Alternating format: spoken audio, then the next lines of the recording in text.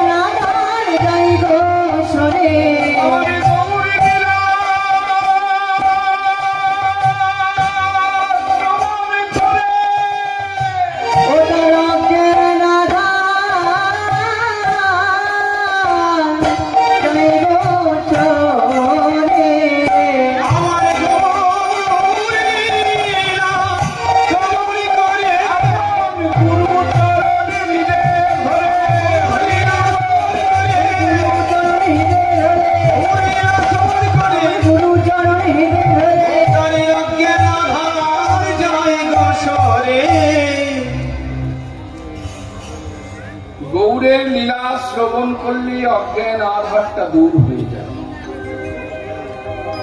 কিন্তু বাবা মাঝখানে একটা কথা বললেন, আপন গুরুচরণ হৃদে ধরে গৌরের নাম শ্রবণ করতে হয়। কিন্তু বলবো কারে, শুনবে কেড়ে, কারে বলবো কি? আপনার মন পরকে দিয়ে আপনি ঠকেছে। কাউকে যদি বলা হয় ওরে একটু গুরুচরণ আশ্রয় কর, দূর দূর, এখন সময় হয়েছে না, আর একটু সময় হোক। সংসার করি, সংসারে দু চারটে ছেলে পুলে আসুক, তাদের আদর যত্ন করে বড় করি, তারপরে বাবা দেখা যাবে, তাদের বিয়ে খাওয়া দিই, নাতি নাতনি নিয়ে একটু আনন্দ করি, তারপরে বাবা তোমাদের ওই ভজন সাধন শিক্ষা দীক্ষা। বলছে শোনো, এ মতো বাসনা থাকলে সে বাসনা কোনোদিনও পূর্ণ হবে না। কেন হবে না? বলে এক ভদ্রলোকের বাসনা জেগেছিল সমুদ্রে স্নান করতে। তা সকালবেলা তেল তেল মেখে কাঁধে গামছা নিয়ে সমুদ্রের ধারে গেছে। তা সমুদ্রের ধারে গিয়ে ভদ্রলোক আর সমুদ্রে নামতে পারছেন না। কেন না? সমুদ্রে একটার পর একটা ভয়ঙ্কর ঢেউ উঠছে। মনে মনে ভাবছে, না না না, এই ঢেউয়ের মধ্যে কি ডুব দেওয়া যায়? ঢেউটা একটু কমুক, তারপরে ডুব দেব। সকাল থেকে সন্ধ্যা হয়ে গেল, ঢেউ আর কমে না। একজন ধীবর, ধীবর মানে জেলে, সমুদ্রে মাছ ধরছিল। মনে মনে ভাবলো, কি ব্যাপার বাবা, তো সকাল থেকে দেখছি ওখানেই বসে আছে, সংসারে কি কোনো অশান্তি হয়েছে নাকি? আত্মহত্যা করতে করবে নাকি? যাই একটু বুঝিয়ে যদি বাড়ি পাঠানো যায়। তা কাছে গিয়ে ডাক দিল, বাবা কে? আমি আমি আমি একজন ধীবর, মৎস্য ধরে আমার জীবিকা অর্জন করি। তা বলি, সকাল থেকে এমন করে একই জায়গায় বসে আছেন যে, সংসারে কি কোনো অশান্তি হয়েছে নাকি? বললো, না না বাবা, আমার সংসারে কোনো অশান্তি নেই। বলছে, তাহলে কারো আশার অপেক্ষা করছেন? বলছে, না না, কারো আশার অপেক্ষা নয়। তাহলে বড় যে সকাল থেকে একই জায়গায় বসে আছেন, প্রখর রবির তাপে বদন মলিন হয়ে গেল, তা কি জন্য বসে আছেন? তখন ধীবরকে বলছে, আমার বাসনা জেগেছে, আমি একটু সমুদ্রে স্নান করব। সমুদ্র তো আপনার কাছেই আছে, তা আপনি একটু ডুব দেন, সমুদ্র তো আপনার কাছেই আছে। তখন হচ্ছে, না না, ওই যে কত বড় বড় ঢেউ উঠছে, ঢেউটা একটু কমুক, তারপরে ডুব দেব। ধীবর বলল, শোনো, ওই সমুদ্রের ঢেউ তো কোনদিন কমবে না। অনাদিকাল হইতে একটার পর একটা ঢেউ আসিতেই আছে। বলছে, সমুদ্রের ঢেউ কোনদিন কমবে না, অনাদিকাল থেকে একটার পর একটা আসতেই আছে। ডুব দিতে হলে ওই ঢেউয়ের মধ্যেই ডুব দিতে হবে। এটা শুনে আমাদের কি লাভ হলো? বলছে, শোনো, সংসার হলো ভয়ঙ্কর সমুদ্র। সেই সংসার ভয়ঙ্কর সমুদ্রে কামনা, বাসনা, লোভ, লালসা, মায়ারূপী ঢেউ একটার পর একটা আসতেই থাকবে। এ ঢেউ কোনোদিনও কমবে না। তাই ডুব দিতে হলে ওই ঢেউয়ের মধ্যেই ডুব দিতে হবে গো, দেরি করো না। কারণ এই জগৎ সংসারে কেউ কারো নয়। সময়ের যে বড় শক্তি, বিষয় বৈভব বাড়াচ্ছ, মানুষকে মিথ্যা বলছ, মানুষকে ঠকাচ্ছ, কিন্তু এই পাপের পোটলাটা যে বাড়ছে, পার ঘাটাতে গিয়ে যখন দাঁড়াবে, পারের কর্তা যখন বলবে আমায় করি দে, কি নিয়ে দাঁড়াবে গো? কি দেবে পারের কর্তা? কি ওই যে একটা গান আছে না, বারে বারে আমাদের কানে বাজে, যেহেতু আমরা মায়ের আরাধনায় মেতে উঠেছে সকল জগৎবাসী, জগন্ময়ী মাতার পূজায় মেতে উঠেছে, চলছে এখনো যোগ। অনেক জায়গায় মা এখনো বিদায় পায়নি। একটা গান আছে না, হবে, আমার ভাইরা বলেছে যে দু একটা যেন শ্যামা সঙ্গীত, রামপ্রসাদী গান যেন হয় বাবা। তা সেই গান, ভেবে দেখ মন কেউ কারো মিছে ভ্রম ভ্রমণ্ডলে, ভেবে দেখে কেউ কারো মিছে ভ্রমণ্ডলে, ভেবে মনে কেউ কারো ভুলো না দক্ষিণা কালী, ভুলো না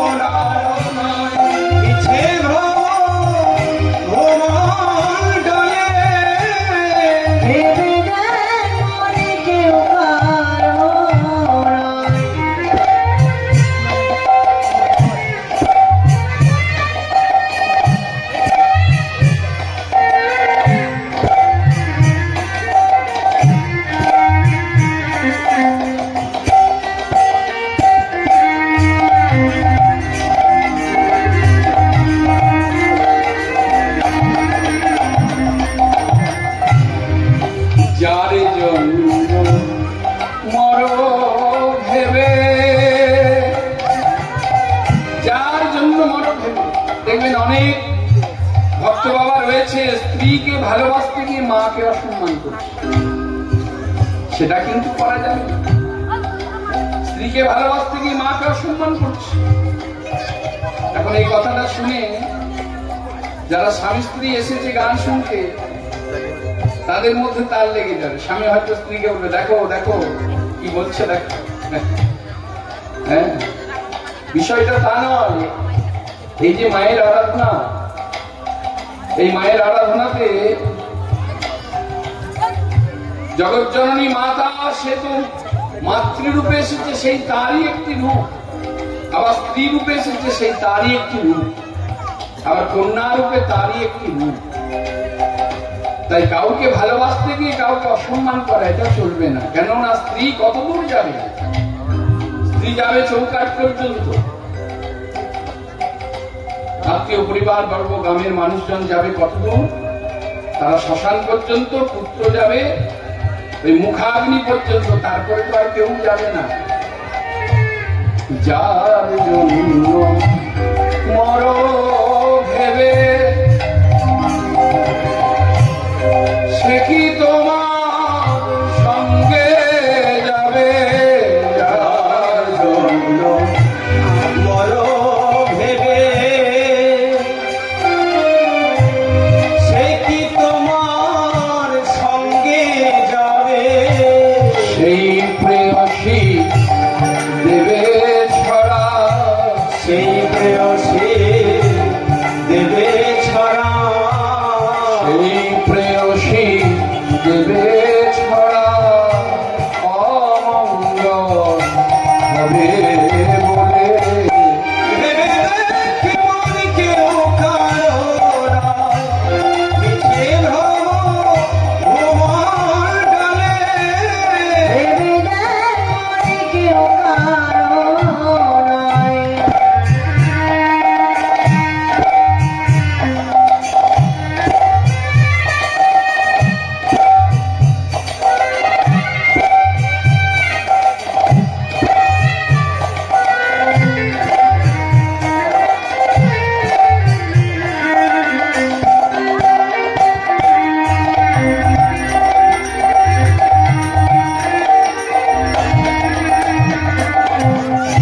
দিন দুই দিনের জন্য হবে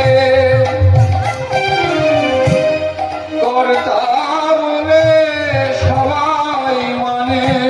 দিন দুই দিনের জন্য হবে কর্তা বলে সবাই মানে। আমাদের এই জগৎ সংসারে আমাদের যদি কেউ বাবু বাবু বলে, আমার কর্ণ লালায়িত শোনার জন্য।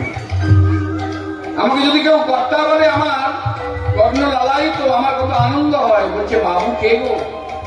এই জগতে আমরা কেউ বাবু নই। বাবু যদি থাকতে হয়, আপনাদের এটা কোন জেলা? পূর্ব মেদিনীপুর। বীরভূম না, পূর্ব মেদিনীপুর। এমনই একটি জেলা আছে যে জেলাটির নাম হচ্ছে মুর্শিদাবাদ। এই মুর্শিদাবাদের কাঁদি বলে একটি জায়গা রয়েছে, ভালো কথায় কান্দি বলে। সেখানে এক জমিদার ছিলেন, যেনার নাম হচ্ছে লালা বাবু। আগেকার দিনে তো সার্ফ সাবান ছিল না জামা কাপড় কাচার জন্য। কলা গাছের পাতাকে শুকনো করে সেটাকে পুড়িয়ে একটা ছাই তৈরি করা হতো, সেই ছাই দিয়ে জামা কাপড় কাচা হতো, আর সেটাকে বলতো বাসনা। তা মেয়ে তার বাবাকে, আপনারা জানেন লালাবাবু জগৎ শেঠ পালা শুনেছেন, এই লালাবাবু জগৎ শেঠ পালাতে আপনারা শুনেছেন যে মেয়ে তার বাবাকে বলছে, বাবা বেলা হয়ে যায়, বাসনা আগুন দাও। আর ওই পথে যাচ্ছিলেন লালা, কর্ণের ভিতর দিয়ে হৃদয়ে প্রবেশ করলো, আহা বেলা বয়ে যায়, বাসনায় আগুন দাও। এক কথায় হৃদয়ে আধ্যাত্মিকতার চেতনা জাগ্রত হয়েছিল। সেই আধ্যাত্মিকতার চেতনা জাগ্রত হওয়াতে সর্বকিছুকে বিসর্জন দিয়ে আমার রাধারানীর আশ্রয়ে তিনি গিয়েছিলেন বৃন্দাবনে। ক্লান্ত পরিশ্রান্ত হয়ে নদীর চরে মাগো শুয়ে পড়েছে। ভক্তের জীবন দেখুন, যে জমিদার রাজসুখ ভোগ করে সে আজকে বালির মধ্যে শুয়ে পড়েছে। তার কষ্ট হচ্ছে দেখে বালিগুলোকে জড়ো করে এটা বালিশ করেছে। আর আমার রাধারানী প্রেমময়ী রাজনন্দিনীর কত করুণা, কত কৃপা। হ্যাঁ, ছদ্মবেশে সখীদের নিয়ে যাচ্ছে আর অট্টহাসি আস্তে আস্তে বলছে, সখী ও সখী, ওই দেখ বাবাজি হয়েছে, কিন্তু বাবাজির এখনো বাসনা যায়নি। শোনা মাত্রই কেঁপে উঠলেন,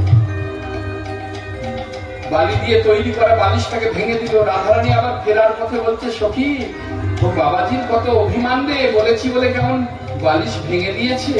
আরে এত অভিমানে কি গোবিন্দকে পাওয়া যায়? তাই শাস্ত্রে বলছেন, বাবু যদি থাকে একজনই, সে হলো লালা বাবু। বাবু হলো লালা, আমরা কেউ বাবু নই। তাই বাবু কর্তা শুনে আনন্দিত হওয়ার কিছু নেই। দিন দুই দিনের জন্য হবে কর্তা বলে সবাই মানে, দিন দুই দিনের জন্য হবে কর্তা বলে সবাই মানে, সেই কর্তারে দেবে ফেলে, সেই কর্তারে দেবে ফেলে, সেই কর্তারে দেবে ফেলে, পারা পারের কর্তা এলে। ভেবে দেখে মন কেউ আই হরি বল হরি বল।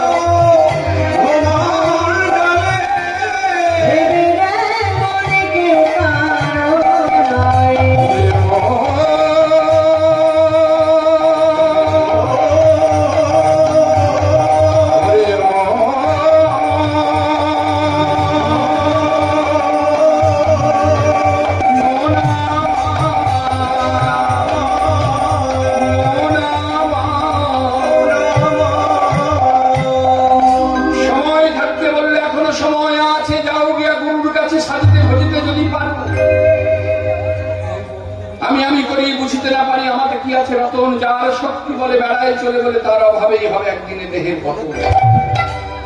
এখনো সময় আছে, গুরুচরণ আশ্রয় করো। অনেকে বলবে দূর দূর, আমার মধ্যে বিদ্যা আছে, শিক্ষা আছে, আমি কেন গুরুচরণ আশ্রয় করবো?